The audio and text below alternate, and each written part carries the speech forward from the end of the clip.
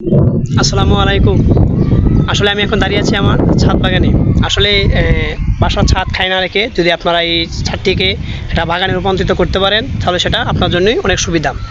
যেমন ধরেন আজকেই সকালে আমি গিয়েছিলাম বাজারে কিছু কাঁচা বাজার কেনার জন্য, কিন্তু বাজারে যে অবস্থা সেখানে করলার দাম 120 টাকা, কাঁচামরিচ প্রায় 350 টাকা, পোশাক 40 টাকা, আর পেঁপে হলো 60 টাকা করে।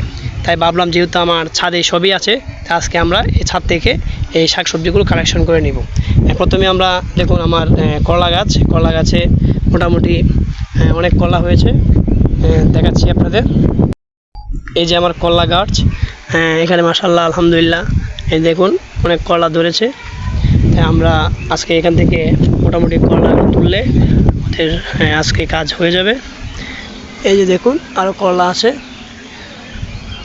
কিছু আজকে করলা তুলবো, তারপরে তুলবো পুঁইশাক, দেখি পুঁইশাকের কী অবস্থা।